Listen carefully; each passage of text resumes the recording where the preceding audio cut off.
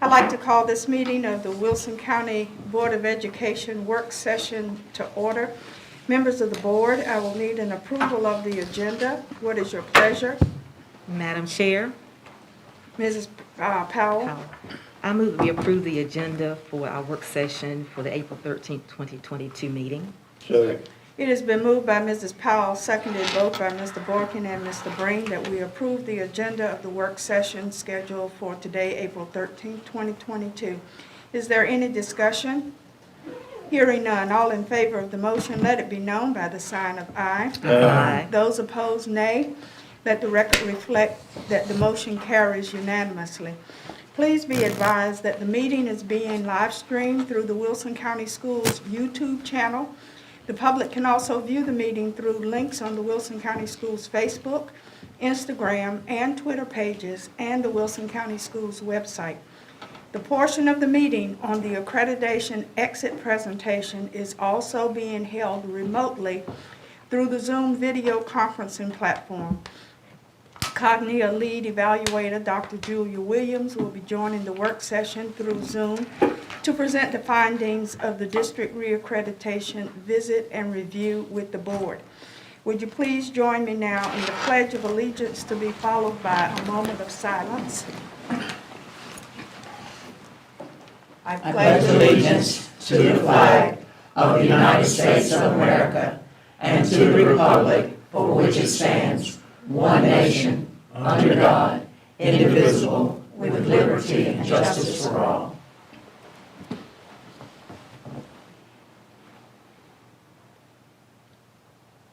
Thank you.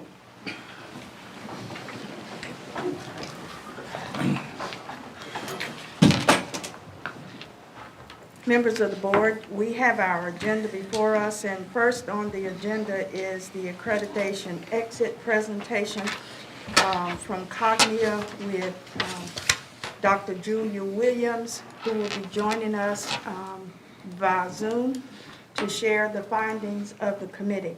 Dr. Williams and team, welcome to our board meeting. Please feel free to unmute yourself at this point, and we are now open. Are we having any lead-in, Dr. Williams? Wilson? So, Dr. Williams, it is on you to give us your findings. Thank you so very much. Thank you, Dr. Fitch. Thank you, members of the board. My teammates and I have had the great pleasure of meeting a great number of people, wonderful people, that are part of Wilson County Schools and this community over the last several days.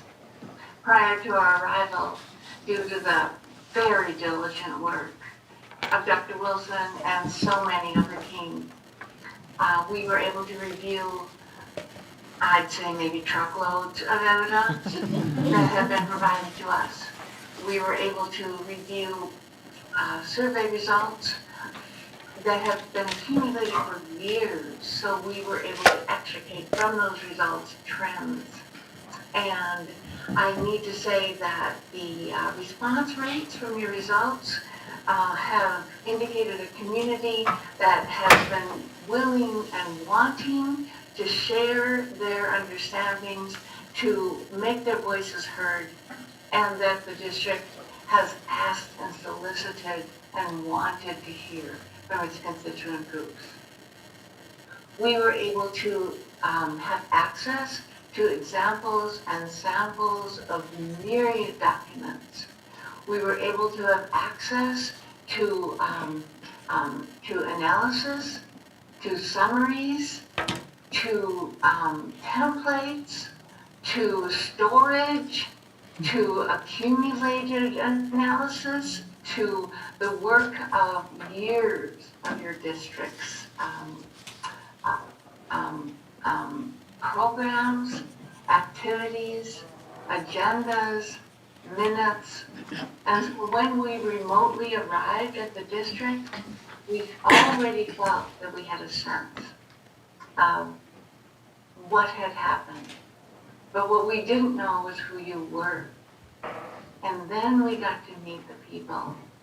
And I just have to say that I just wish everybody had a chance to come to Wilson County. It was a privilege to be here. My team was composed of two remarkable educators. I live on the North Shore of Lake Superior. I live in Duluth, Minnesota, and we are having weather right now. It is crazy. We are part of the storm system that is moving through the Mississippi River Valley. And I just need to tell you that the Mississippi River, where I live, you can jump across it. And so it starts where I am, but we are definitely part of the storm system. And so if my internet should happen to go, I did send my PowerPoint to Dr. Wilson, who I have gone through this with her and with Dr. Wilson, so she can probably summarize if it goes. But I have been delighted to serve as the lead evaluator on this review. I have been leading teams like this for about 40 years. I am a professor emeritus at the University of Minnesota, where I taught courses in program evaluation and assessment. I was the director of graduate programs in the College of Education and worked campus-wide with campus assessment. I love this work and I love leading teams, and I have had the great pleasure of meeting remarkable educators, two of whom I was blessed and honored to work with on this review. So I'm going to ask my colleagues, Kate and then Jen, to just introduce themselves to you one more time before I share our results. Please, Kate. Hi again, I'm Kate McAnally from Lexington, Kentucky. I am the Chief Academic Officer in the Fayette County School System. And I just want to say thank you so much for allowing me to learn more about North Carolina education and especially Wilson County schools. And Jen. Good afternoon. My name is Jennifer Marcellus. It's wonderful to see everyone this afternoon. I am in Jacksonville, Florida. I'm a specialist with the Office of School Choice, Duval County Public Schools. I thank you for your hospitality.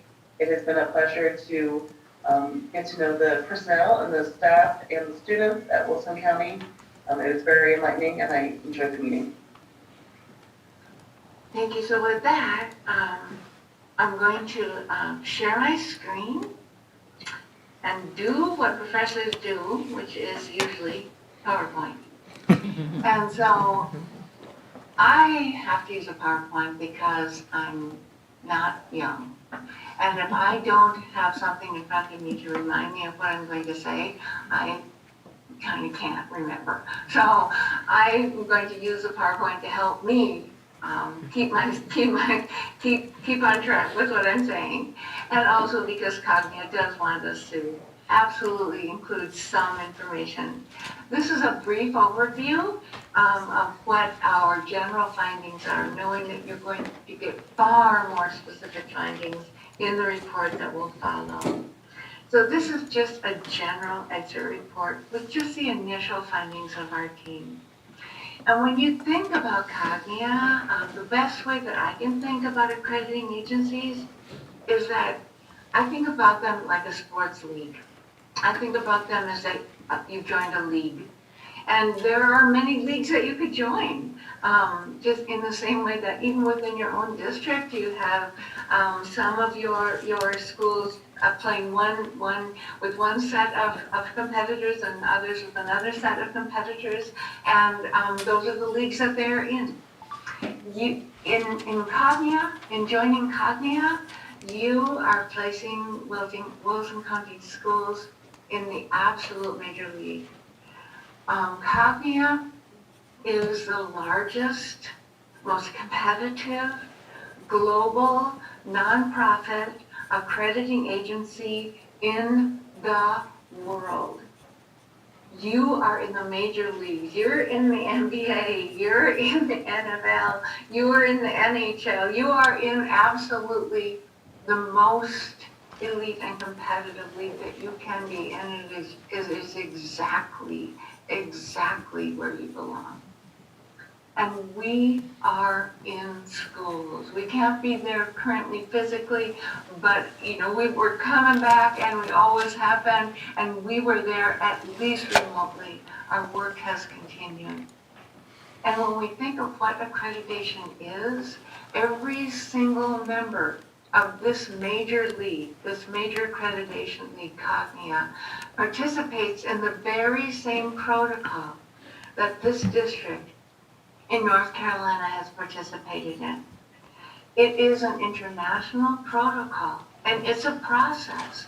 And the reason it exists is to build the capacity of this institution, this district, to improve and sustain learning and to stimulate effectiveness. What you have done is taken a good look at yourselves in the mirror in order to prepare for this team to come in. We can't take a look in your mirror. We can read your evidence, and then we can take a little bit of time to talk to people. We can't see you as you see yourselves. We can't spend a few days in your district and read reams of evidence and pretend to know you like you know yourselves. But here's the deal. You, your mirror, and us kind of driving up and looking in the window. If you're an architect or designer, you'll recognize that as 3-point perspective. And when you have 3-point perspective, you have dimension. It provides depth of field. And that's what we hope to have to offer you. So what that outside view from an outside team does is add dimension to your own vision of yourself, to add an additional point of view so that you have something else to think about as you plan your steps forward.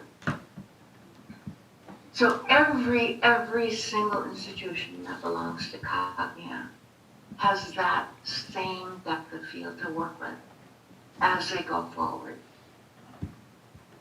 So what did we do when we were here? Well, as I stated before, we reviewed your documentation. And there was a lot. You have multiple surveys that you've used, and we got to see them all. You have needs studies, you have improvement plans, you have lesson plans, you have incredible amounts of activities that have been going on. Each of your schools have websites. You have a district website. You have amazing amount of materials that were submitted to us to read through. We were able to see information from every single one of the 26 schools that compose this district. We were able to see survey results that represent every single aspect of your constituencies, from parents to community, to students, to faculty, to staff, to district office, and over time, for years' worth. And the surveys covered many, many topics.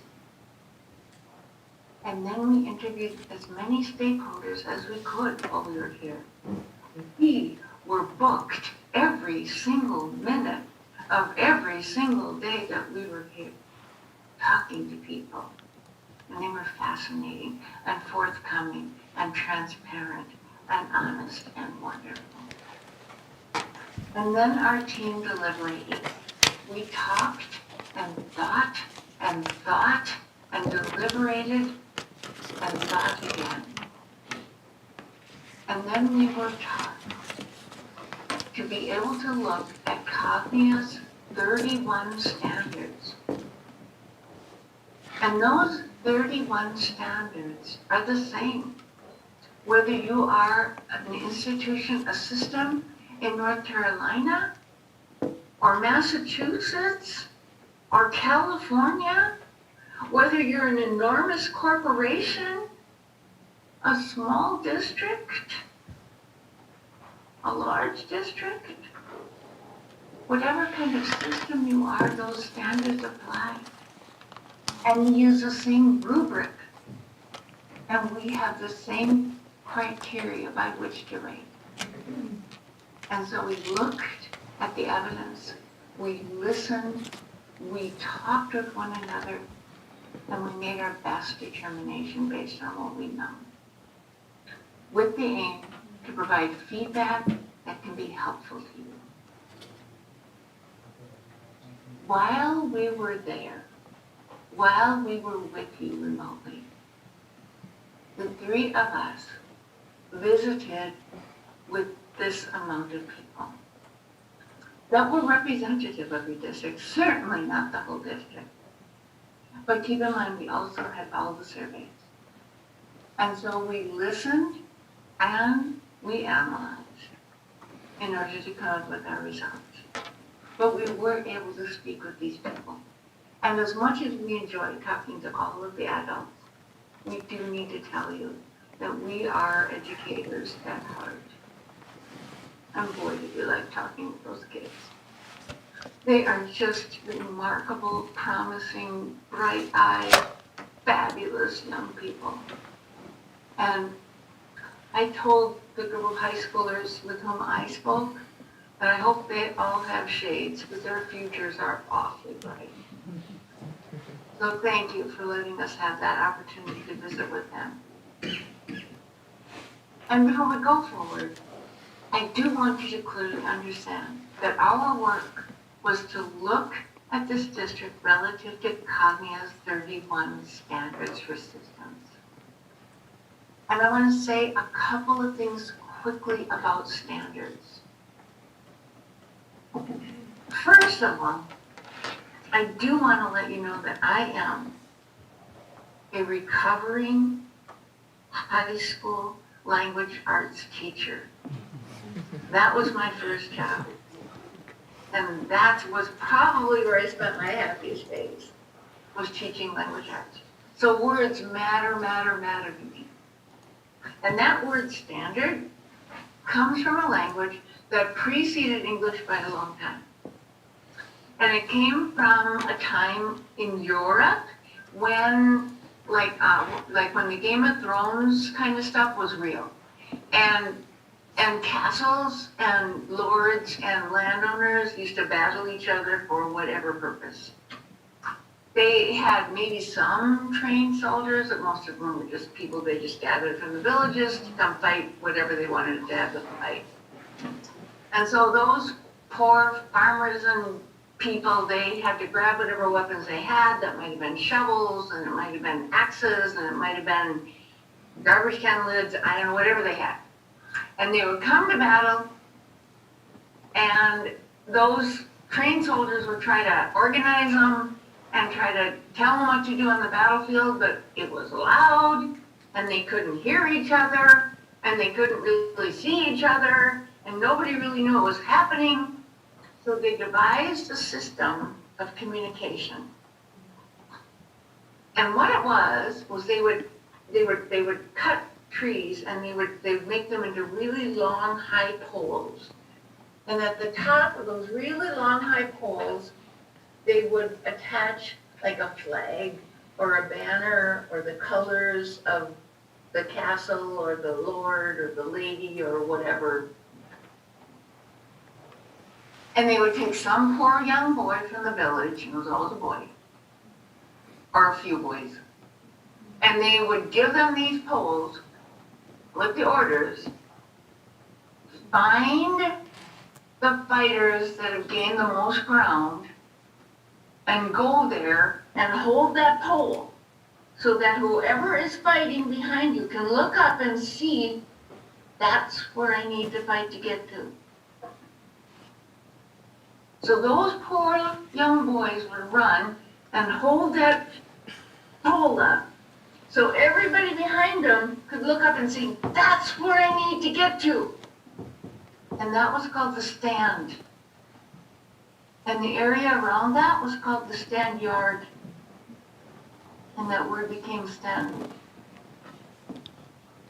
And so when we think of standard, I always think about that because a standard is never in the middle of the field.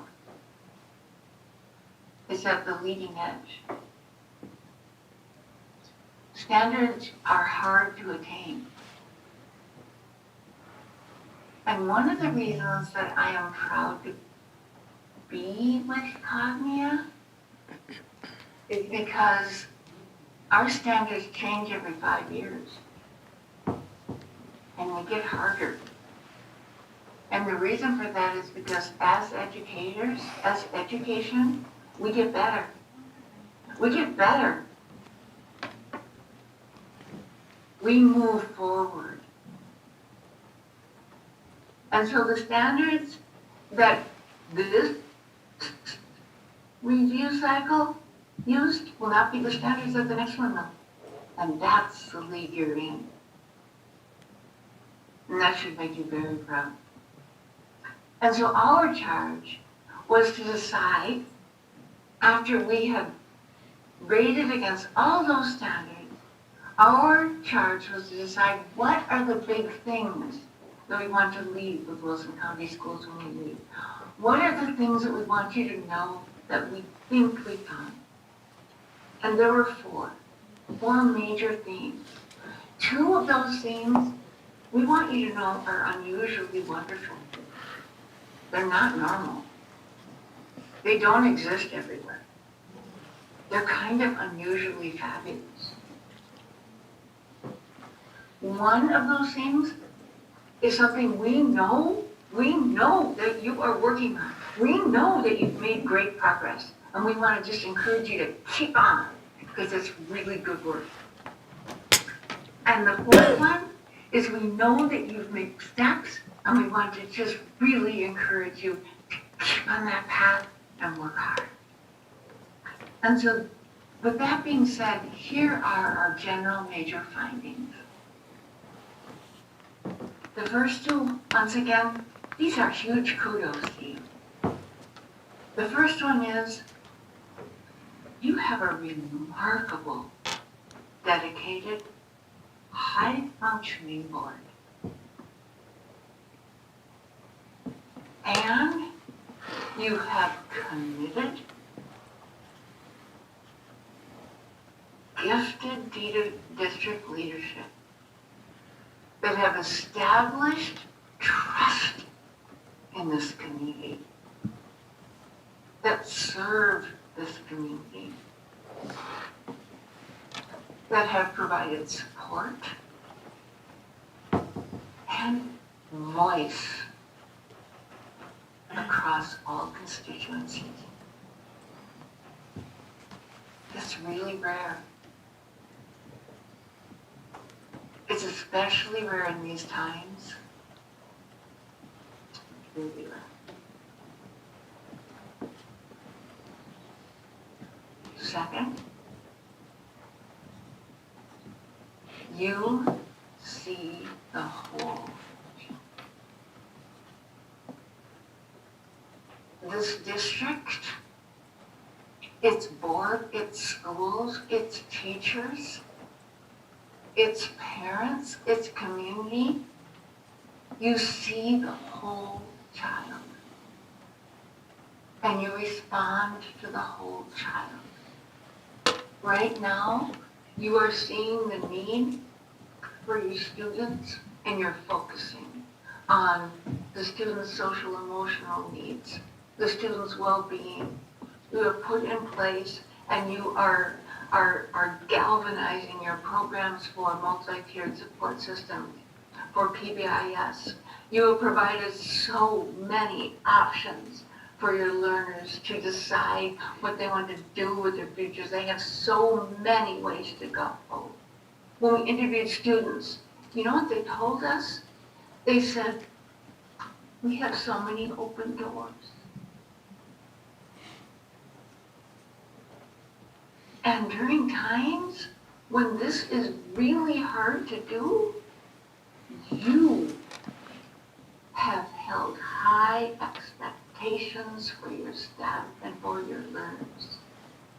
Kudos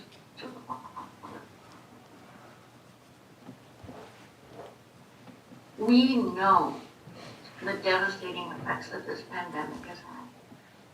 I don't think we are going to figure out how deeply and to what depth and with these effects have had for years. But they have actually, I don't know who said the phrase, but in chaos there is opportunity. In this chaos, there has been opportunity for us to recalibrate, to think about what our focus is, and to make sure that we remember our alignment. Where do we want to go? What do we want to do? We're bringing everybody back together.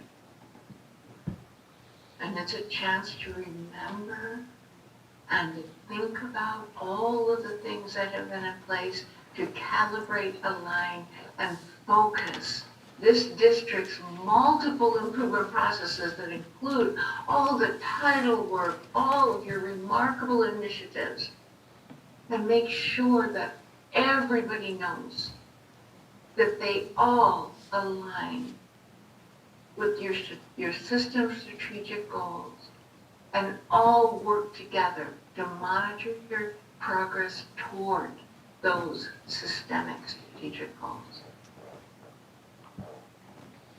And finally, to maintain and continue to focus on student achievement through deliberate alignment of the standards, through K-12 and pre-K through 12 articulation of those standards, to make sure that those benchmarks are in place all the way through. And one of the things we were so impressed by, we heard so many examples of excellent practices happening, remarkable things happening, that if they could be brought to scale, may benefit so many more students. And so focusing on student achievement, ensuring that those standards are aligned across all schools, that articulation, benchmarking, and monitoring happening everywhere, all the way through, and focusing on bringing successful practices to scale. We know that you've initiated those practices, that you're going back to those practices, and that we just hope that you consider working toward those as you move forward. Those are the major findings of our team. Those will be placed into a really long narrative in the report, tying that to the standards and to the evidence that we found. I, as the lead, have about 10 business days to submit that report to Cognia. At that point, it goes through, 35 layers of editing, and then it will be submitted back to you. You will find it in the workspace, and I'm sure that Dr. Wilson will alert you to when that happens. It will include the ratings of each standard, your index of educational quality score, and the narrative that I just described. If you have any questions about the report, you always can contact me, and I absolutely, and I do this many times, I'm happy to come back to a board meeting or to a cabinet meeting or to any kind of meeting you like and go through the report with you line by line if you like. And so with that, that was the work of our team. We so enjoyed meeting all of you. We feel really, really honored to have been able to visit you for this last period of time. We thank you so much for your incredible organization, for the schedule, for your willingness to work with us and visit with us. We so appreciate the work of this district. And mostly, we want to thank you for the work that you do, for the care that you have, and for the love that you have for the children in your care.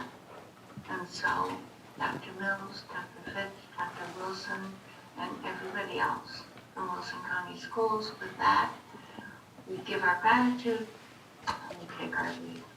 Thank you so much. We thank you so very much for the presentation given to us. We accept the findings that you have shared with us. We look forward to the full report that will come back to the system, and to you and to your team for the inordinate amount of time that you took in going through our tremendous amount of records. We thank you for your due diligence to us. And I'm seeing a hand by Jen Marcellus. Okay. So we'll ignore that hand that's raised and seen in my screen. But if any other members of the board or Dr. Wilson or Dr. Mills have any comments before we release you so that we can go on with the other business of our meeting for today. Again, we thank you and we look forward to that formative and final report coming from you. Have a wonderful day in each of your locales. Thank you so very much. Thank you, Dr. Fitz. Thank you. Okay. Well, we're now at the, Thank you. I'm sorry. I just said thank you, Chief. Okay. So are we now done with the Yes. Zoom portion of this? Yes, ma'am. Can we close that down? Yes.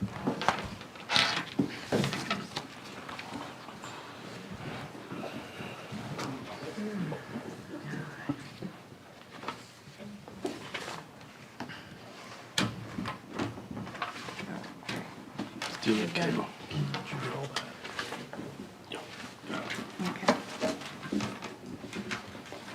As we close off this technology part added here. All right, so we're now at the point on our agenda where we're looking at our long-range facilities planning for Wilson County. Members of the board, we met in conjunction with the county commissioners. We have since had a meeting where we were having further discussion, and we had scheduled this meeting for today to continue the long-range planning for our facilities. In recent days, it seems that there's been an issue raised regarding our facility process that's been employed by Wilson County Schools. Mr. Chris Hill, a member of the Wilson County Board of Commissioners, has asked to address us. And Mr. Hill, I'd like for you to feel free to come and make your remarks to the board at this time, and then we will continue with our discussions, if you would, please. All right. Thank you so much. Yes, ma'am. Madam Chairwoman, members of the board, Dr. Mills, staff, everybody in attendance. Really wasn't my intention of being here was to address the board. So I will say I'm here to educate myself on how the Board of Education works. We had our meeting back in, once again, I'm County Commissioner for Wilson County District 6. So we had our joint meeting in February. Kind of kick off, kind of educate you guys on kind of where we are and our funding abilities. And so in that process, I just want to start educating myself in how you guys operate with your funding.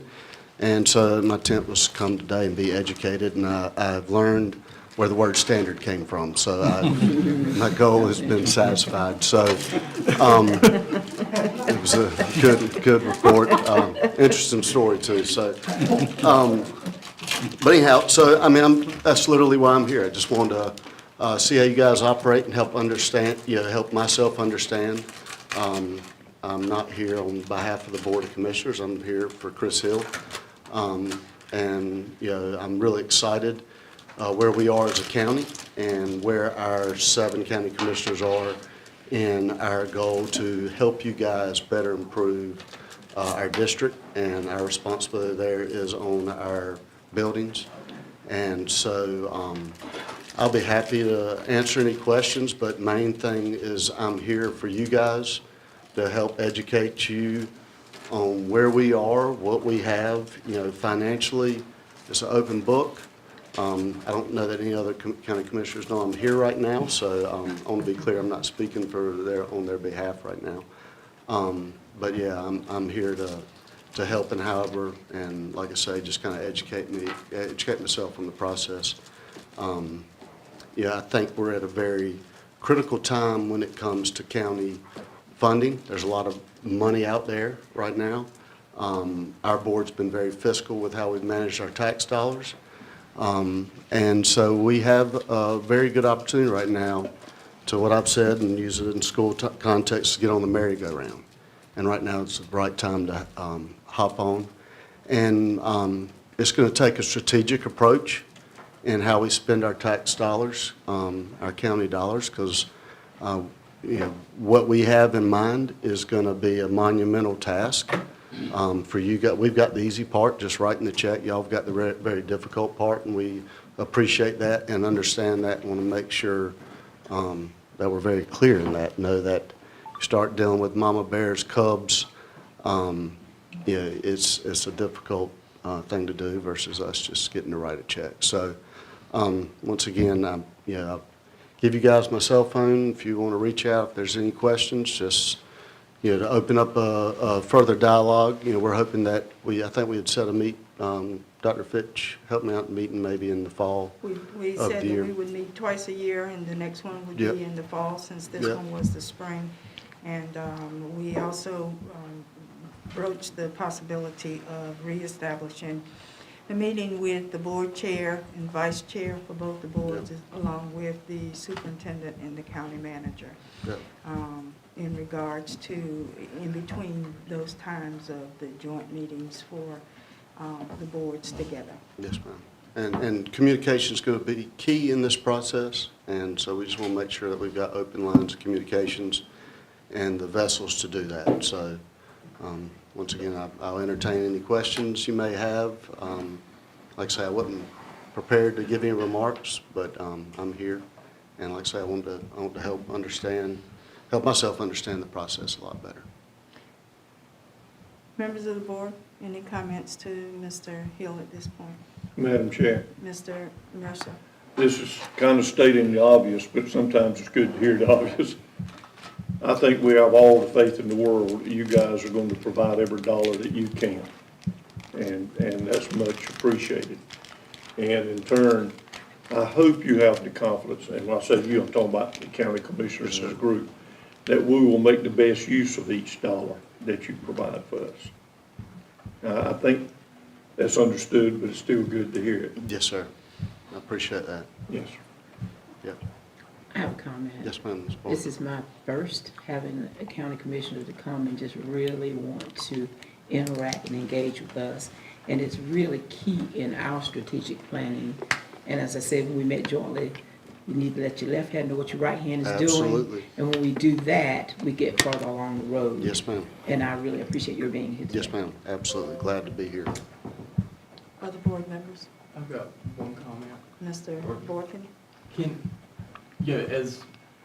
I know you can't speak as for the whole board, but as far as, where we're going right now with long-range facilities, do you feel fairly confident that you can stand, 100% behind what the county commissioners have told us thus far as funding for Frederick Douglass and, potentially a second school? Yeah, absolutely. So, like talk about the merry-go-round, we've got the needs-based funding out there for Frederick Douglass, and hopefully we get the $30 million. Hopefully we'll get something, but, I think as far as our board goes, we're ready to build Frederick Douglass, regardless of what happens with that funding. I think it's a good story to sell that we're ready to build 2 schools, because we are. And if we get that funding, then we're already ready for school number 2.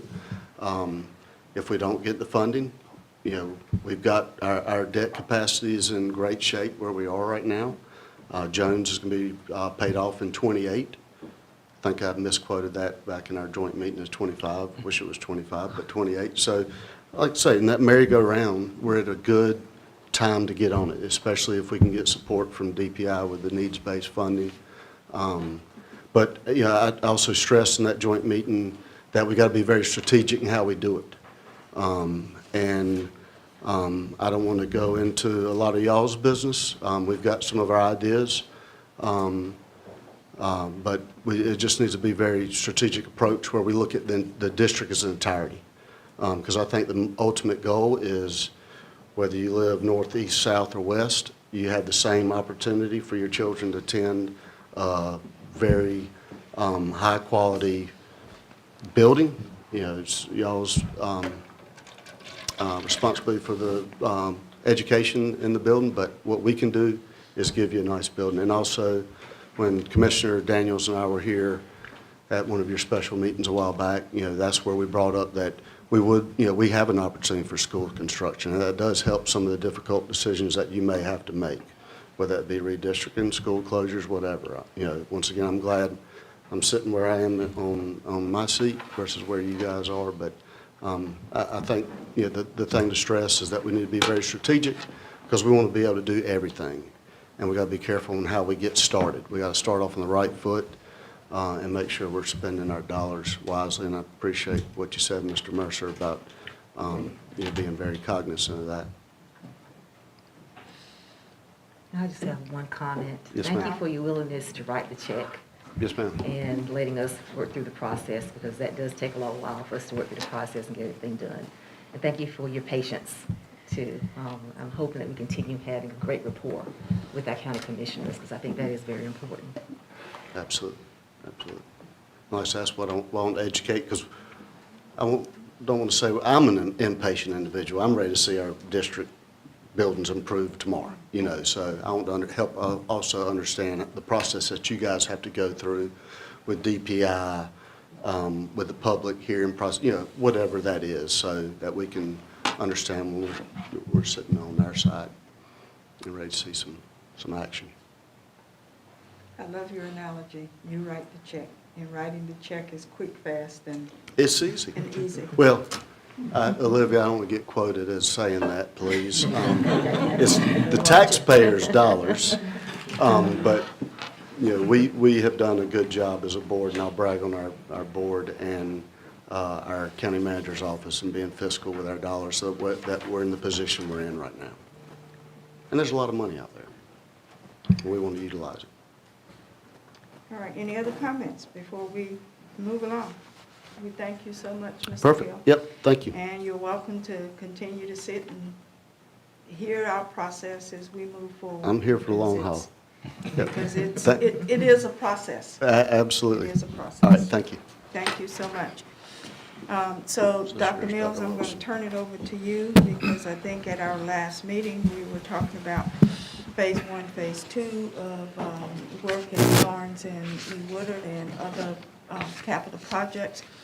And so we're going to turn it over to you now to move forward with what our next steps are, where we're going to go, and the like.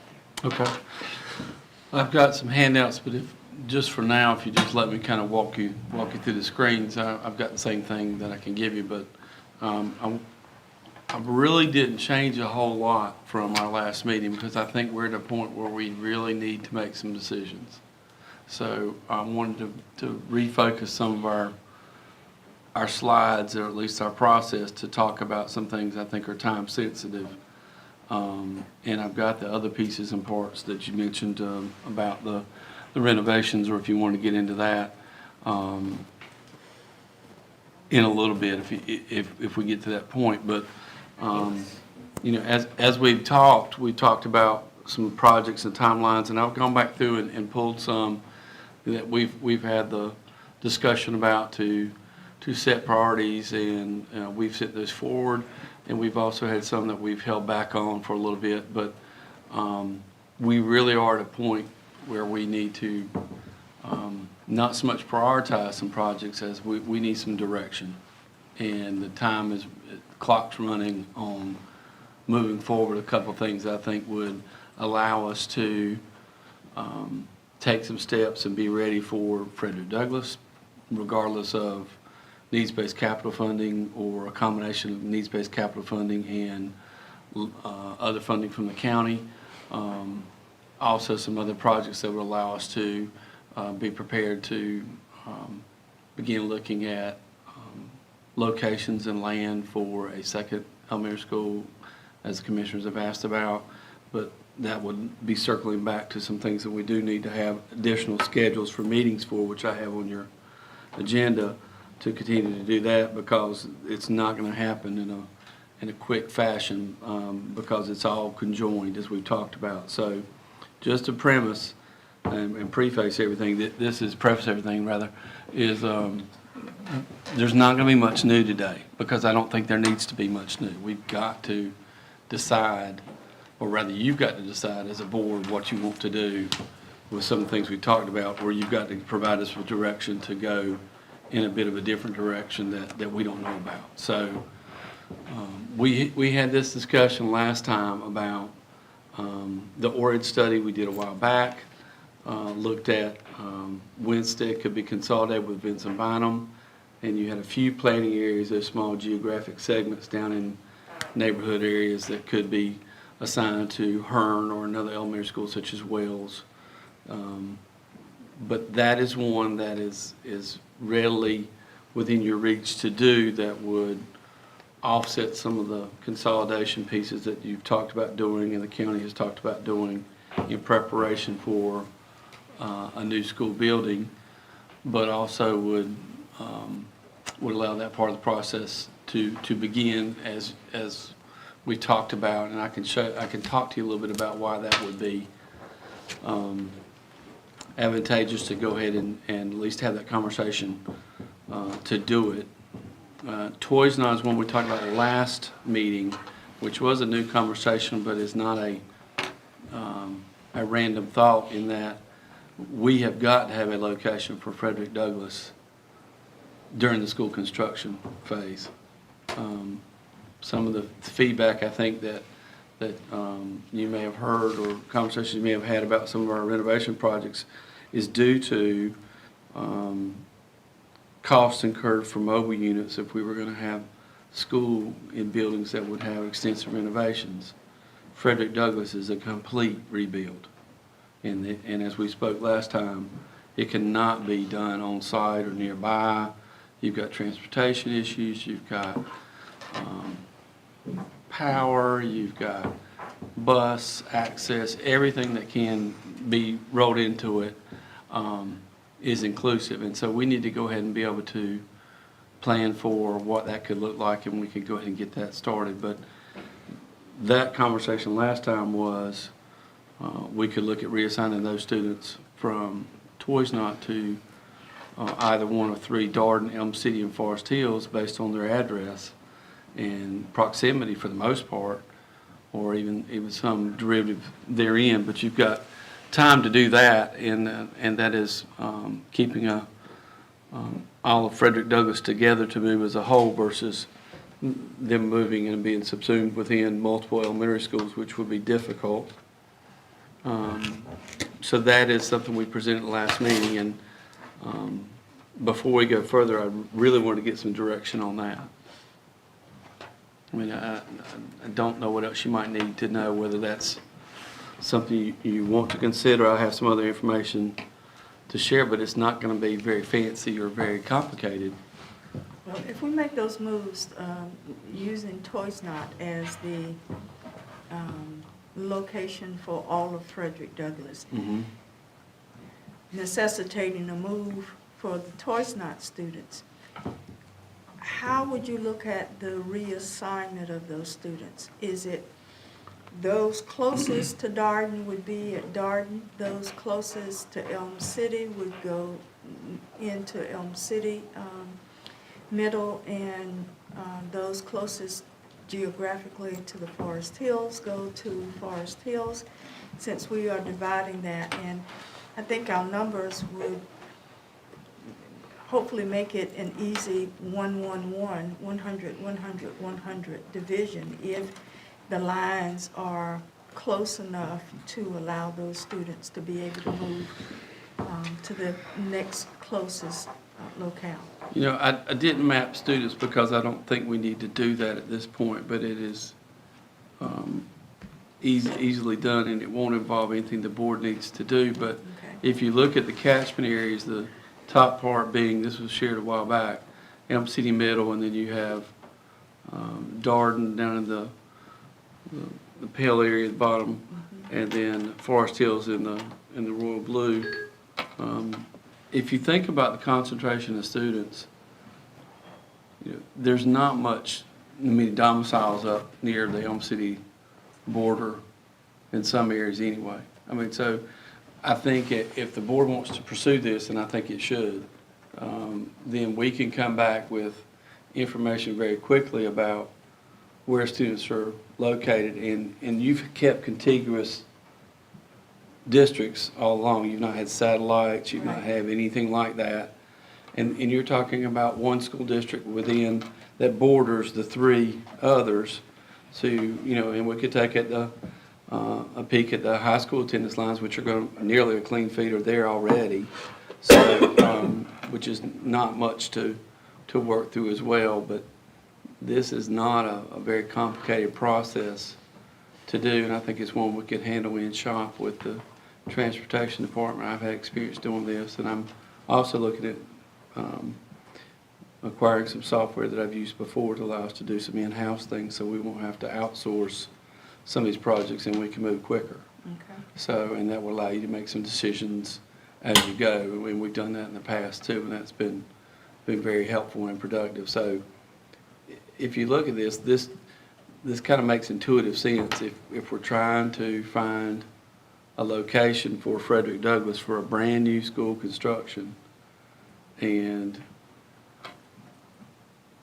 in preparation for a second school, you would already have another building. You just have the same building there again. We talked about that. We've done that in the past too. Remember the old Springfield School when we were in building mode? All that was a blessing to have. And I know that means you have to close a school in a sense to do this. But you also need to realize, and we talked some about this too, is that Toys Not has staffing shortages like other schools, and that would allow you to address some of those by distributing teachers that are precious and hard to find and much needed to other schools, and would allow us to do some other things that we need to do. That for the long run would be healthier for our system. I mean, I think it's going to become harder and harder to handle the reduced enrollments and the fixed numbers from the state at the elementary level without significant impacts as you move up the grade levels for allotments and staffing. It is already difficult now, but that would do something to alleviate a lot of the shortages and the pool that is limited across the state and the nation right now, not just us. This is not just Wilson at the same time. So that's one that, again, I don't think we need to wait on that conversation, because we should hear back any time now about the needs-based capital funding, and the sooner we hear back on that, the sooner we can approach the county commissioners about the next steps, whatever the funding is, and the sooner they're going to say, when can you start, when you can do these things, and that would put us in good stead to be ready to go, and the sooner our kids will be in a new building. Okay. So I can try and answer any questions you have, but actually the process for doing so, if the board wants to entertain that and talk about it, that's not what you have to do today. You don't have to decide to do all of that today, but you do have to decide for us to move forward in the process for closing that school to begin the process, because the longer we wait, the longer it puts it off, and we're getting to the critical period where we need to be able to do some things this summer to be ready and move on that, so that we're not at a disadvantage and we don't lose that time period. Okay. Board members? I have a question. Timeline-wise, Dr. Mills, and I know that's not a solid thing. It's a kind of, when would we expect to actually be placing students? if the board, if you acted upon the school usage possibilities we're talking about, then Toys Not would be closed or subsumed, and Winstead could be closed or subsumed from those scenarios. Again, there's work we would have to do, there's a process you have to undertake, but you could complete that work and be ready to go for the 22-23 school year. It's possible to do that. We have to do a step or two, which I can show you in a minute from the statute. But the notification for families of school assignment, the work that would need to be done for school assignment, the signing of staff would be done at this time of the year anyway. Moving of materials and furniture would be done during the summer. And there's plenty of work to be done. This is not like, just grabbing the van from your friend and moving yourself out of the college dorm room. I don't mean to make it sound simple, but this has been done before, and it's been done elsewhere, and it's been done here before. But if we're going to get started and start working on these things, this is the first step, and we can't wait much longer or we've missed our window. So that's the reason I ask. Yeah, because, I can bring back a timeline. It'll be difficult enough doing it during the summer. Any other time could be, I don't even want to call a name for it, but we do not want, I know we don't want to be trying to do those kinds of things during the school year. It would be nice to have Toys Not ready to do some modifications that may be needed for it to be in elementary school, which would be minor. But it would also be nice to be able to tell staff and families now so that, it's going to be very difficult to recruit teachers to go to a school that they know is going to close in a year, regardless of knowing that we're going to have positions. That's not going to make it an easy task. And there's a lot of work that needs to be done, but that's the work that needs to be done to get to the next step. So I can bring back to the board a more detailed, I won't say finite and perfect timeline. There'll be something on it, but that we won't, didn't think about that, or something we need to do. But a more outlined time frame of things we need to do. But the first thing is the board in a position to make a decision to move forward with Winstead and Toys Not to get to this next step so that I can do that and set the things in motion to be ready to do this in preparation for 22-23 school year to do that. First, I've got to have you to do that. I don't have authority to do that. So, I'm ready. I was about to Do say, it. ready. I'm ready to move forward as well. Has anything been addressed with the staff at these two particular schools, Toys Not and Winstead, in preparation for doing this? I think it's an excellent idea.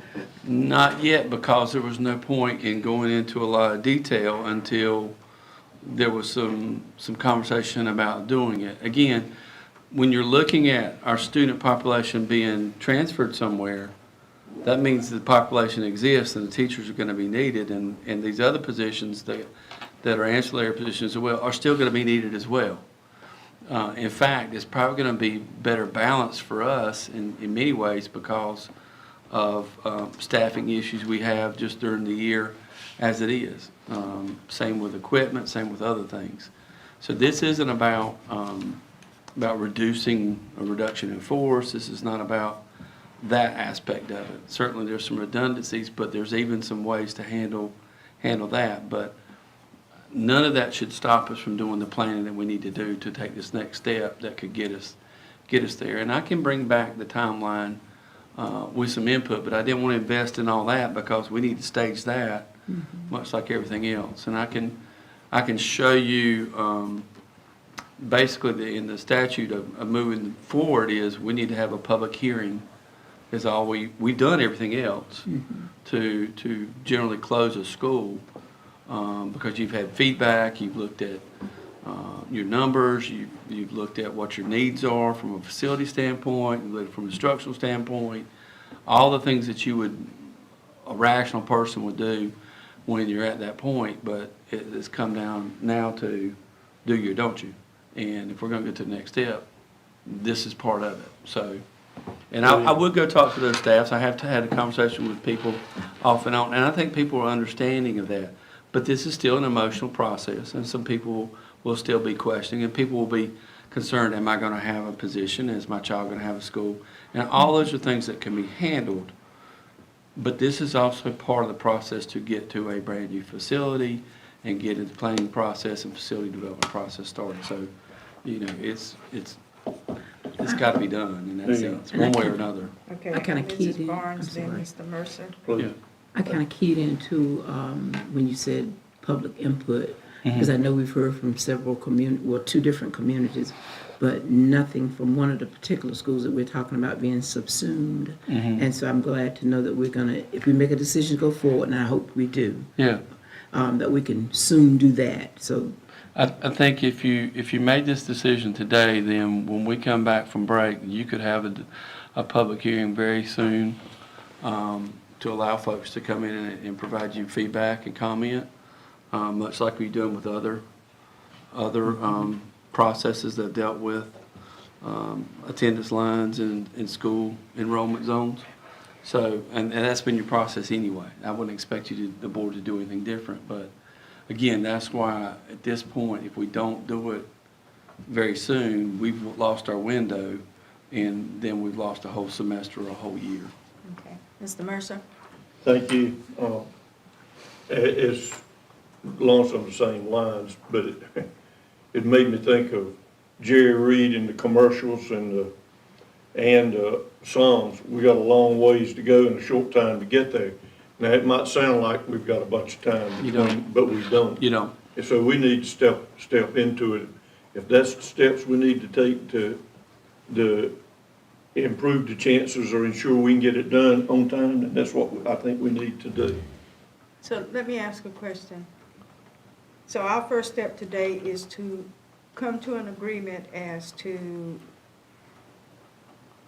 making a move to place the Frederick Douglass students at Toys Not, and at the same time, make notification that Toys Not students would be redistributed.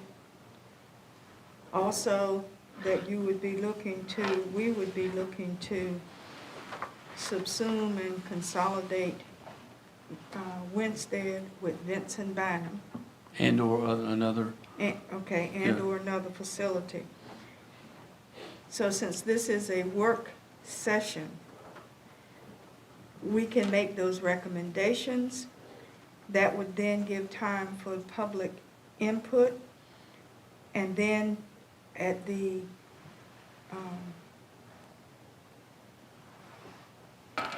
April meeting in a couple of weeks, or the May meeting, take an actual vote on that, because if this is a work session, it's not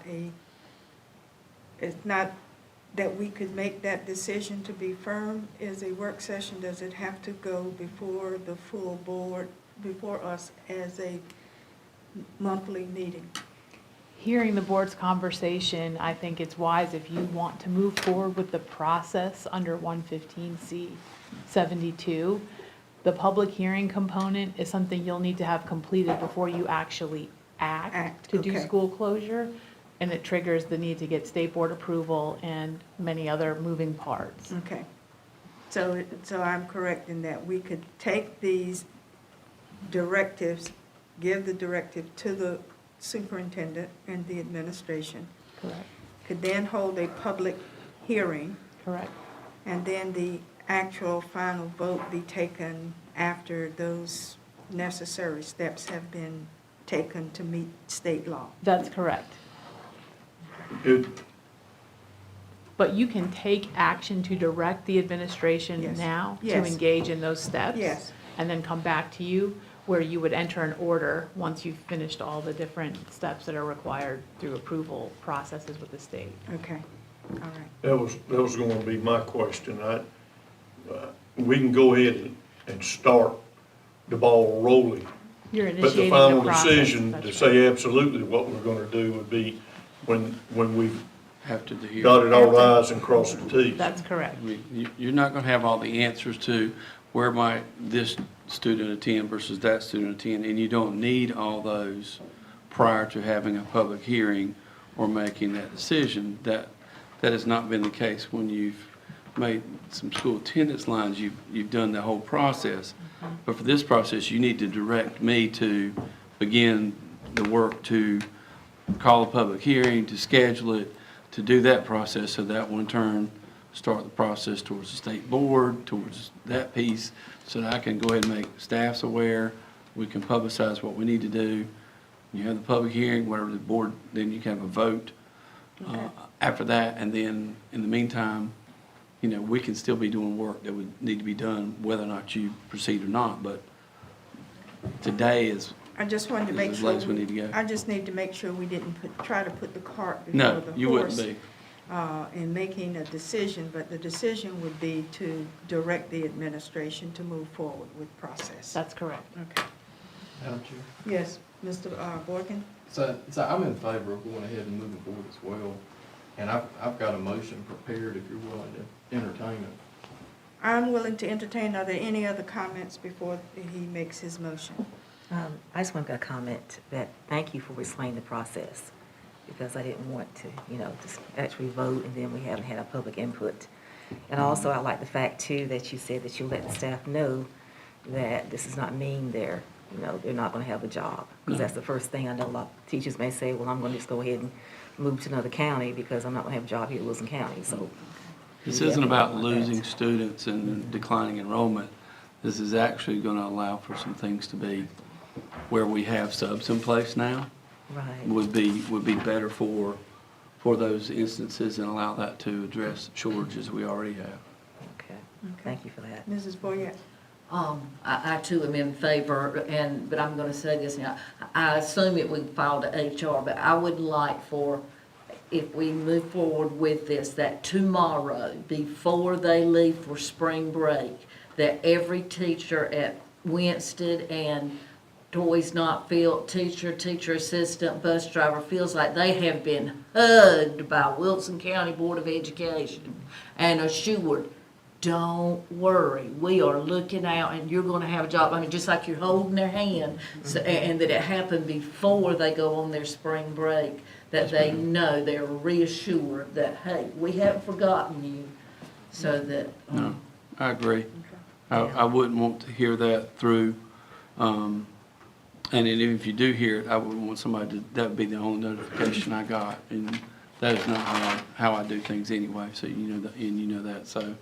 I would definitely be having those conversations, and we'll have more of them, but this is really about ensuring folks have positions and employment over the long haul, because, you know, that's a stable place to be when we're not worrying about enrollment and declines and having to reduce positions because you're trying to spread the same amount of dollars over too big of an area, where if we could concentrate it, we wouldn't have some of the things we have. So that is not concern. And I stand to correct you, Ms. Boyette. It's not wait till tomorrow, because this meeting is being televised. And Hopefully, those school before- teachers can teach at school. Before we have, somebody will have told their neighbor or somebody else, they're closing your school. but if you'd put So- anything out earlier, then, you know, is it real or is it discussion? And there is no easy way to do the things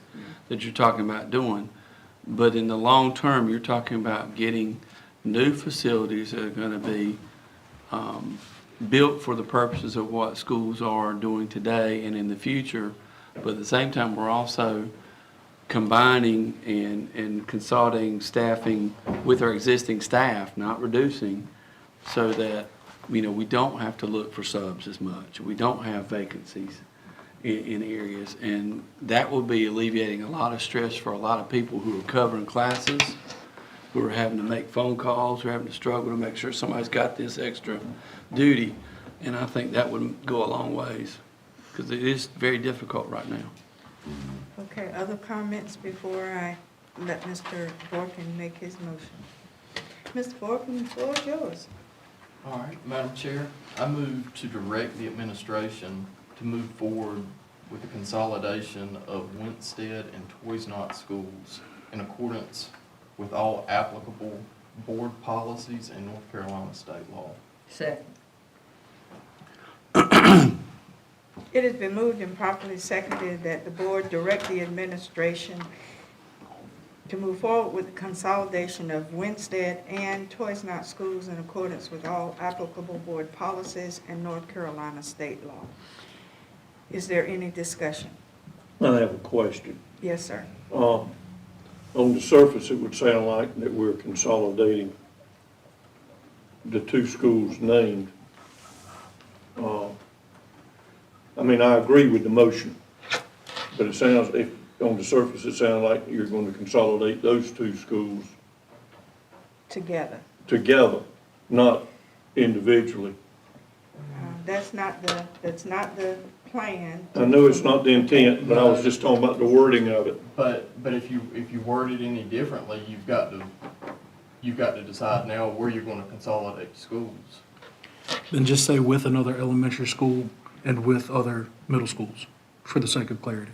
With the appropriate I mean, elementary and middle mean- schools as Which needed. is And already the in the appropriate- district. Yeah, I agree with Yes. That sounds good. I don't know what the correct wording should be. I'm just saying Sounds good. that it sounds different kind of when you say it that way than what we were talking about. So, Ms. Cornetta, do we need to restate the motion with that language clarification? Or, Dr. Mills, do you understand the intent in the completely. directive? Mr. Boykin, would you entertain a friendly amendment as stated by Mr. Breen to your motion? Absolutely. Mr. Breen, would you be willing to restate how you? I think I've got it. Let me You got see it. if it's not your intent, Mr. Okay. Green, let me know. Thank That we move forward with the consolidation of Winstead and Toys Not schools with the appropriate elementary and middle schools as needed in accordance with all applicable board policies and North Carolina state law. That's fine. Okay? Hearing any other questions or discussion? All in favor of the motion, let it be known by the sign of aye. Aye. Those opposed, nay. Let the record Nay. reflect, I'm sorry. Those opposed, nay. Nay. Let the record reflect that the motion carries 6-1 with Mrs. Powell in dissension. Okay? If you want to go on with your presentation, Dr. Mills, and Sure. whatever else that needs to come before us. Thank you, Mr. Boykin. I've got a few other things, but that was the main one. I think we still need to talk about the processes for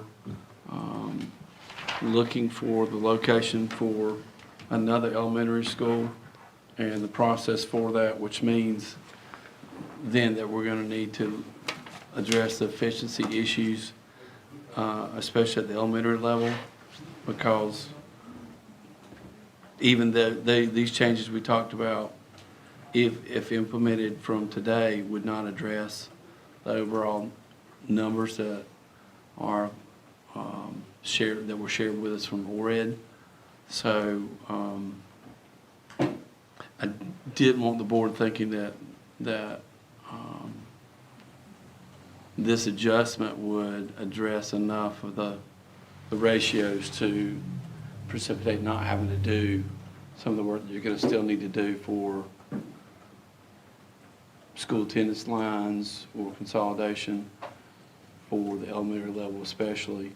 But I do think when we set our meetings up that part of the discussion needs to be going ahead. If you're going to look at a location or start directing us to look at a location for a second new elementary school, as the commissioners have said and the speaker indicated earlier would still be a good conversation to have, then we still got work to do going ahead to crunch through that. And between now and the start of the school year would be a really good time to get a lot of that done, because the timeline we talked about would be in the fall. You could be looking at some area and locations that might be suitable to have conversations about funding for purchase to locate a new school. I mean, it's not gonna happen overnight, but it shouldn't take years to do, but that would go ahead and again too, keep you on track to be finished with Frederick Douglass and then be ready to start another one or even simultaneously. I think you see the progress at Watt and how fast that has progressed. So as these things start unfolding, you know, we don't want to get too many irons in the fire. One, because we don't need too many things going, but two, the funding piece, but also it doesn't need to wait till the end to go and do some of these processes. So I really think that this next step is going to be important, and we've got to loop back on that. So I think we're going to have to dig back through some things, and I want to talk at the next board meeting. I want to set some times up just for that, not just facilities. I think we need to look through some of that. We talked about some priorities that were already set, and one update I do have is we need to determine a date for selecting an architect for Frederick Douglass. Mr. Letchworth informed me that we've got 7 firms that have submitted applications. They will be reviewed prior to bringing them to the board process that we used last time. I'm assuming you want to use the same process we used for the last construction. But we need to go ahead and get that done. Again, we should be hearing something about the funding source in the next little bit. I checked today online. There is nothing out there, and I didn't think there would be, but I went ahead and checked.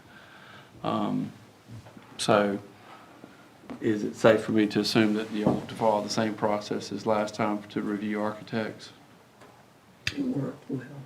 I think so. You good with that? Yeah. Okay. Then we will make arrangements to do that. I'd like to do that sooner than later as well, as everyone's schedule is filling up. So are you asking us to pull out our calendars? Not just, I want you to bring your calendars to the board meeting on the 25th. Board members, have your Is it calendars 25th? with you today? Did I get it right? No. Don't quote it. It is? Oh, thank God. Okay, but we have calendars available today. Well, even better. But we just, Mr. Letchworth, how much lead time do we need? You'll do it week of the 25th? All right, so what's your schedule look like the week of the 25th? I don't have to look at mine, I was close the board, so 25th I'm here. this month? Yes. Don't say this month, you know it's this month. It's about gone. No.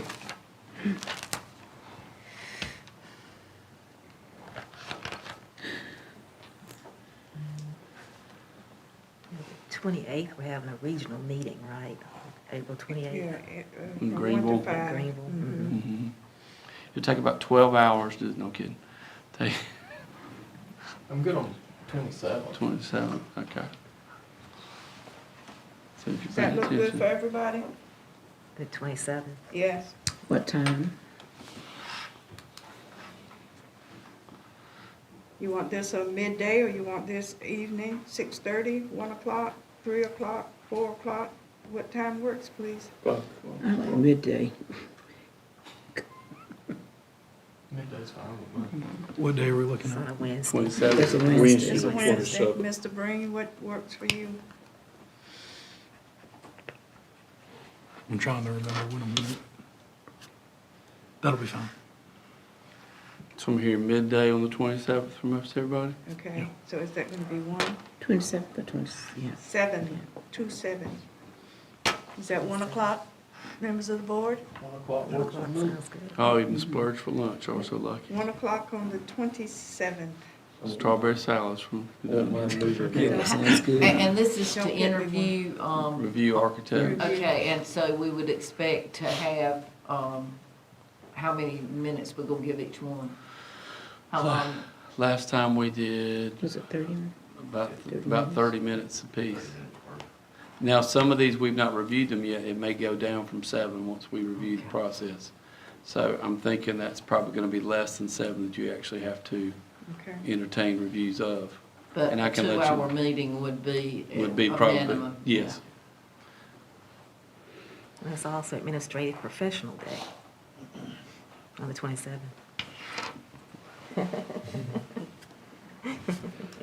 want to mess that one up. We'll tell our happy And administrator. they were never heard from again, yeah. We'll remember her. Okay.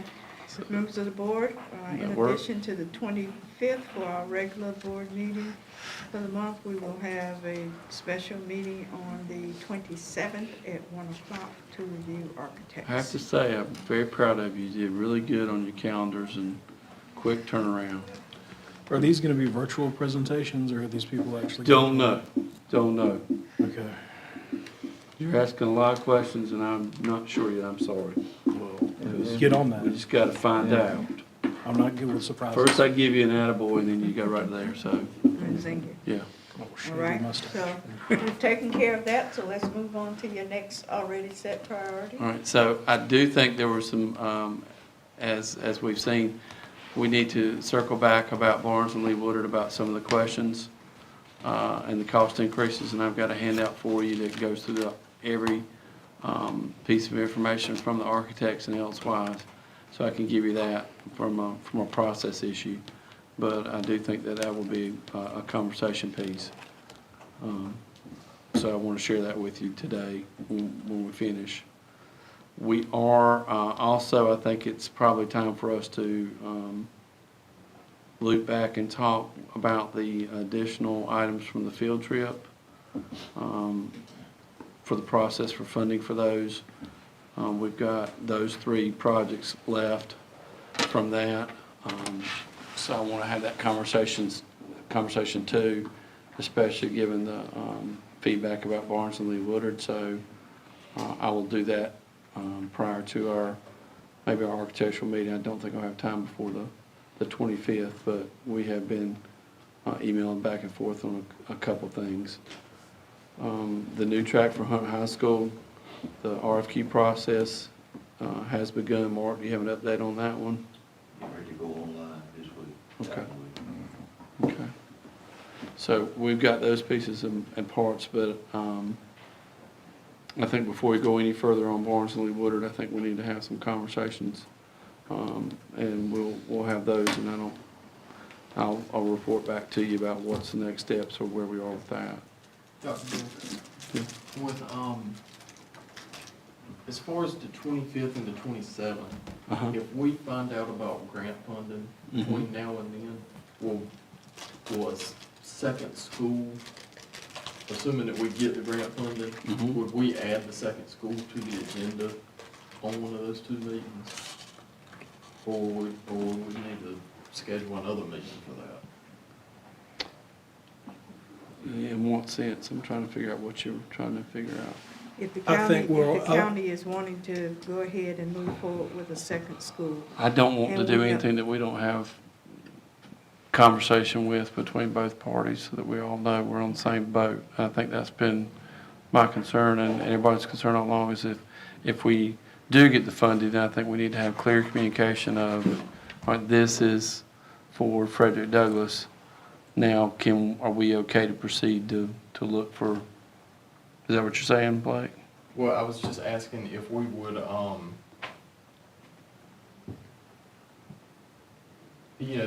feel like the county commissioners have already articulated to us that, yeah, if we get the funding, then they're ready to move on to second school. Okay. And I'm just asking, if we get the funding, would the second school discussion be incorporated into the 25th or 27th meeting? I thought that discussion was going to be incorporated in when we need to talk about ORAD findings and consolidation. I think you've still got to do the consolidation piece but you can go ahead, we can have some discussions about possible areas, but I think you would need to have those in closed session. yes. And so I think you could do both, but I'm going to strongly suggest and push that we address the issues with school assignments and all in preparation for that, so that when we approach the county commissioners, then that aspect is in play to be done at a certain time and for the next school year, if you think about it, because that will be when that process, so that will already be done. Dr. Mills? Yes, ma'am. Building 2 schools, fantastic, great. how difficult would it be to simultaneously build two schools? You know, we get the grant funding, needs-based grant funding for Frederick Douglass. And then we talk about a new school, and we talk about placement of those students, well, land acquisition. How difficult is that going to be to do two simultaneously? Do you think? Because in our history of Depends on how the cloning process works for certain people. And I ask because, you know, this is my hometown, I've never known us to do two schools simultaneously in our history, so I just wondered, you know, how difficult it would be to I do that. don't think any of it's going to be easy right now with some of the supply things you have and the fact that everybody's playing catch up with a lot of things, but I would certainly rather struggle to try and do two versus letting stuff sit there and lose a window. So I think we'd have to figure that out as we go, but I think there's a way to do it. I think the choice of an architect would be important, and I think that consistency across that would be helpful, but I still think at the same time, the planning stages and the consolidation pieces are still going to take place, but you'll have a little bit of a buffer there because of the land selection piece that we didn't have with Frederick Douglass, but I don't think that should go on for a long period of time. But the board has always gotten the input and done some other things as well. But I think those conversations would need to take place. But it's not uncommon in growing districts to do that. But it would be tight. But I don't want to say couldn't be done or it wouldn't, because I would not want to let money walk away somewhere else that I could grab for.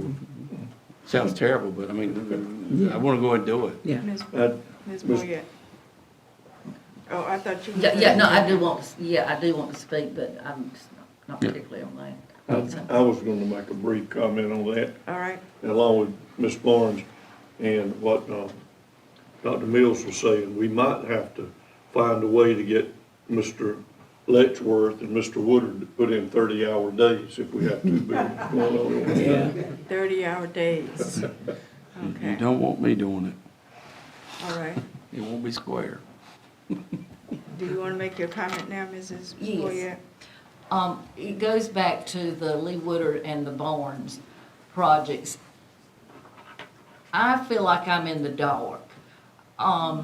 Whenever the administration brought, the county commissioners asked us about something that they could give us money for to do at elementary schools that could be done over the summer. And you brought to us the Barnes and the Lee Woodard plans, and we said, okay. And then I'm reading about moving children out of classes in a phase 2, and people, and I'm looking at almost $10 million at the cost of, whoa. I don't know what's going on. That is not what I thought I was approving and voting on. I thought I was improving, something that could be done during the summer at a school to show that we were making progress. So, and I too, with the Watt project, it was supposed to be a $20 million project. 15 grant, 5 county commissioners. They've already had to kick in $4 million additional, so they've almost doubled what they had to do to make that. And it appears that in the process that this is even worse, because we've gone from 2.4, is that right? What they approved with the Watt funding for what the original figures were on Lee Woodard and Barnes. Oh, Lee Woodard, okay. Okay, I'm asking, whatever it was, and now to be reading in the paper and people asking me, and I'm sitting here thinking, no, I don't know anything about them being moved out of classrooms. We're not doing that at Frederick Douglass. We're gonna move them into, yes, we're moving them into another school, but we're not building temporary classrooms, so I'm in the dark. And I don't feel like everybody is enlightened. I've only missed one closed session meeting, so I need some help. Okay.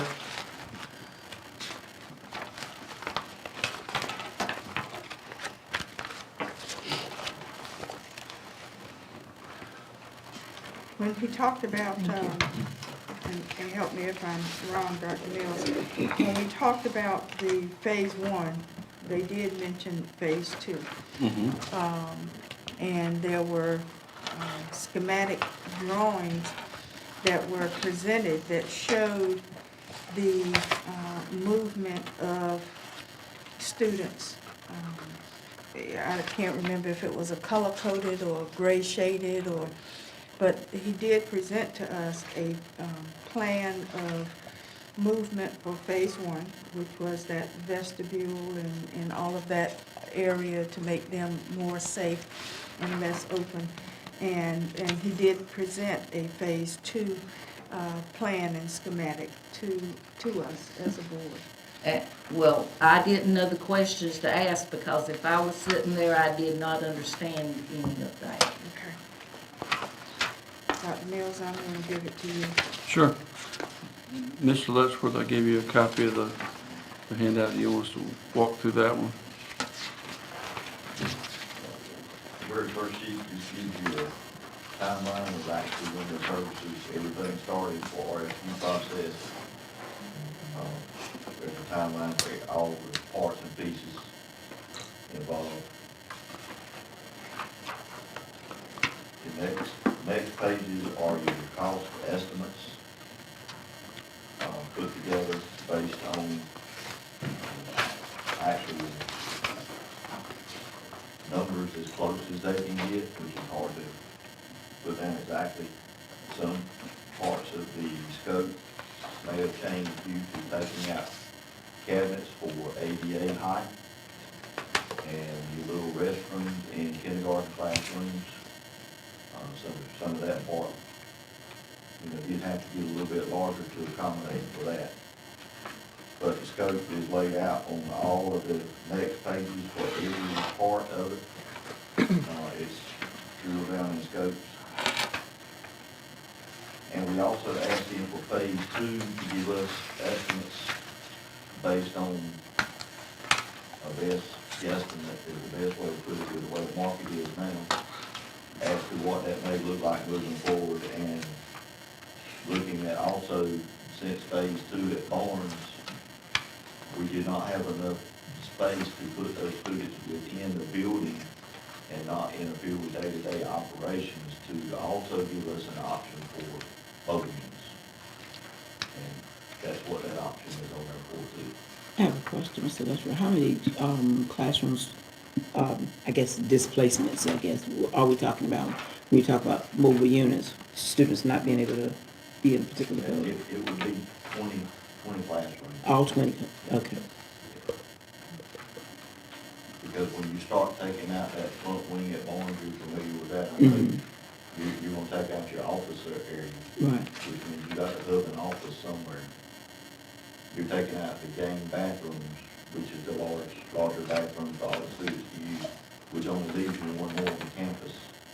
So therefore, that puts you into requiring to put facilities on site.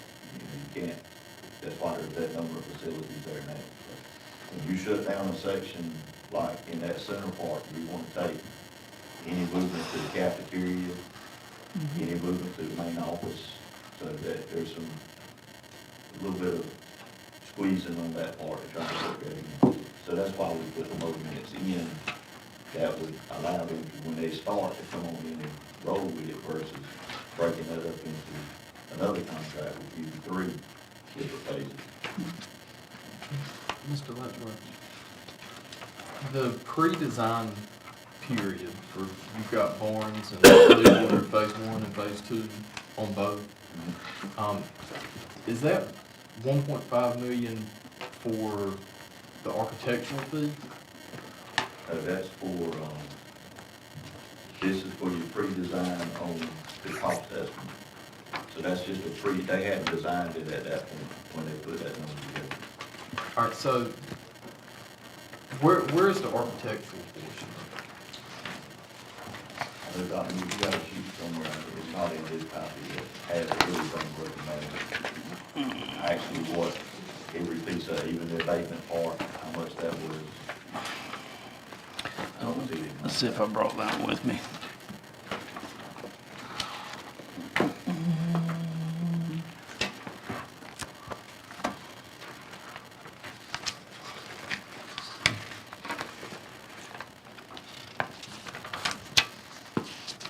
I don't know if I brought that one with me.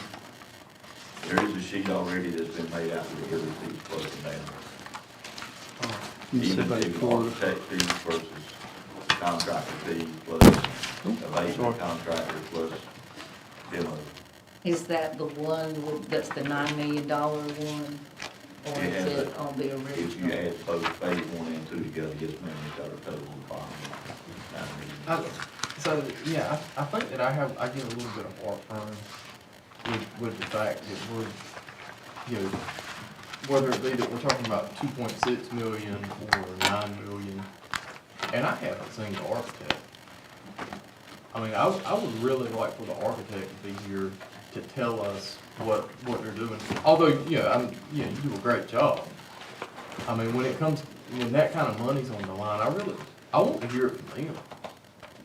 And at any time, the board just needs to ask if they're more than willing to come in with a full set of plans and go through any part that you would like. Well, I would like that. I can't speak for everybody, but, I mean, that's a lot of money to spend, not to ever even see what the architect has.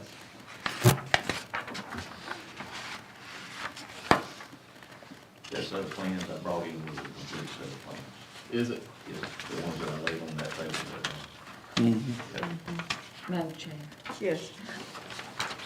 Whenever the suggestion of Lee Woodard and Barnes came in, none of us questioned it. I know I didn't. I don't remember any questioning because we just assumed that administration had reasons they selected these two.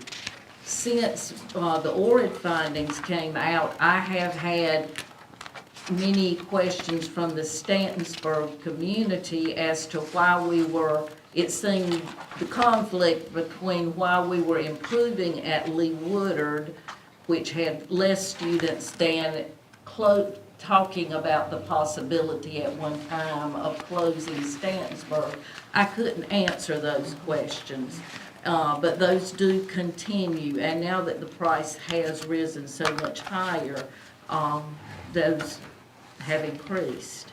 So, I don't, what was the rationale? I mean, I assumed that we didn't question, you brought us those. What was the rationale between choosing Barnes and Lee Woodard for those small renovation projects? I think when you were looking at the ORID study and some of the patterns across the district, certainly Stantonsburg is one that is landlocked for any additional space to build out. I mean, there is no room to build any additional footprint, whereas Lee Woodard is nearby and does have that footprint available. Barnes also has the footprint available to build out on it, but needed some updates. That was conversations we've had in here and elsewhere as we've looked at it. So there was some of that discussion initially. So that planning in a sense allows you some flexibility with some of your school sites. Thank you. But at the same, you can understand the perspective of the Stantonsburg and the Lee Woodard, Stantonsburg particularly, since we're talking about closing their school Sure. and they had more students, but thank you. I have a question. Members of the board, Mr. Borkin indicated that he would like to have the architects here to answer any overarching questions. I have not heard anyone else say that they had a particular need for that, but before we move any further, and as we talk about this particular component of the agenda, what is your pleasure in regard to having the need for the architect to come to answer any questions that are raised in regard to the renovations that are for Barnes and Lee Woodard at this particular point in time for phase 1 and or phase 2? Which architectures are we using? Skinner, Yeah. Farland, Kerwin. But how were they selected? I mean, did we go through a selection process? I mean, I don't know we did for what, yes, but for the Barnes and Lee Woodard projects, did we interview architects for those projects? Yeah, there was a review process on that. A review process, and it came before our board? Yeah, it was at one of the board meetings. It's on the timeline right here for when the architect selection was done. Board. December It was on 13th. December 13th, 2021. Okay. Well, I'm in agreement with, Mr. Borkin, because obviously if I've attended every meeting and I was not, understanding these plans and what all it was encompassing, I need some more explanation. Sure. Could we fold that into the April 27th meeting?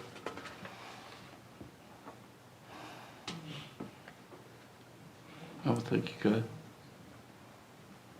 You're saying you think we could, I'll approach them and see, sure. okay. So we'll look to have I'd be them. glad to provide wherever you'd like. We'll attempt to have them folded into the meeting on the 27th, which we just agreed on.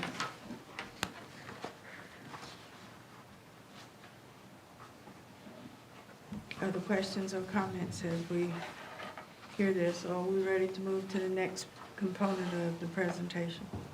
I think we've covered everything else. It was about the process for the new school construction. So we've covered everything I had to cover today. Ms. Boyette? The 12th was supposed to be their day, DPI, to let us know. Have not heard a thing. Thereabouts. Mm-mm. I think that was, I think it was very optimistic, because I think they had more folks apply this time. I think it was something like $5.2 billion worth of projects. It's more than that.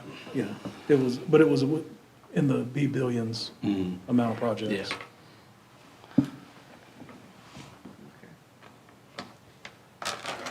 So, that completes where you are with us today. Yes, ma'am. Are there any other questions or comments as we look to wrap this up for today? I don't think we have protocol, you shoot me down, but I could answer two of the questions on that last slide as far as the county commissioners, either here or privately. So, I don't know if that's protocol. You can make any arrangements, I would assume, with Dr. Mills and Mr. Letchworth. That's not for our purview at this point. I'd be happy to stick around and listen to that, though. Okay. Any other questions or comments at this particular point in time? Hearing none, the chair will entertain a motion for adjournment. Madam Chair, I move for adjournment. Mr. Green was sleepy. Well, All I heard was Madam Chair. it has been moved and properly seconded that we adjourn. Moved by Mr. Breen, seconded by, was that Mr. Mercer over here? Is there any question or discussion? I have a point of discussion that I would like to make before we take the vote. And I would like to thank the administration and Mr. Letchworth, Mr. Woodard, and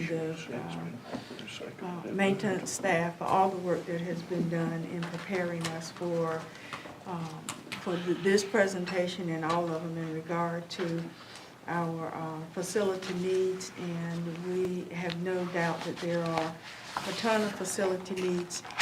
We thank the county commissioners for their willingness to provide us with new facilities.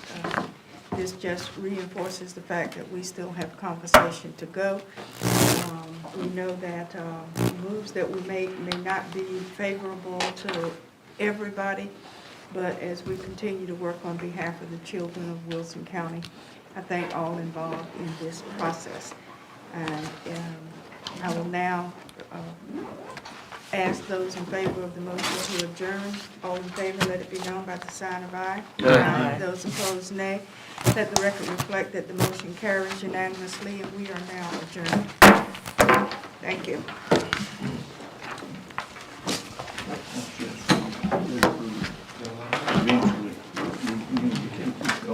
Dr. Wilson, congratulations on job's well done. Yes. I don't know. Accreditation process. There's something We different. did get a lesson on the standard from Dr. Williams. That was the You know, cutest thing. Wilson County Schools is the stand yard. It's the We are the stand yard among all the other stand Which yards. makes the standard. So they didn't have any weaknesses? I'm not gonna In the get general findings, the any of that last time left, or time back. they just do it so few differently. times. Used Members to of the be board, the strengths, and the challenges, we are still live. recommendations. Oh, we're still live? Yes. Well, then I've not said anything too embarrassing. Kill you, bad. If you'll turn off your mic.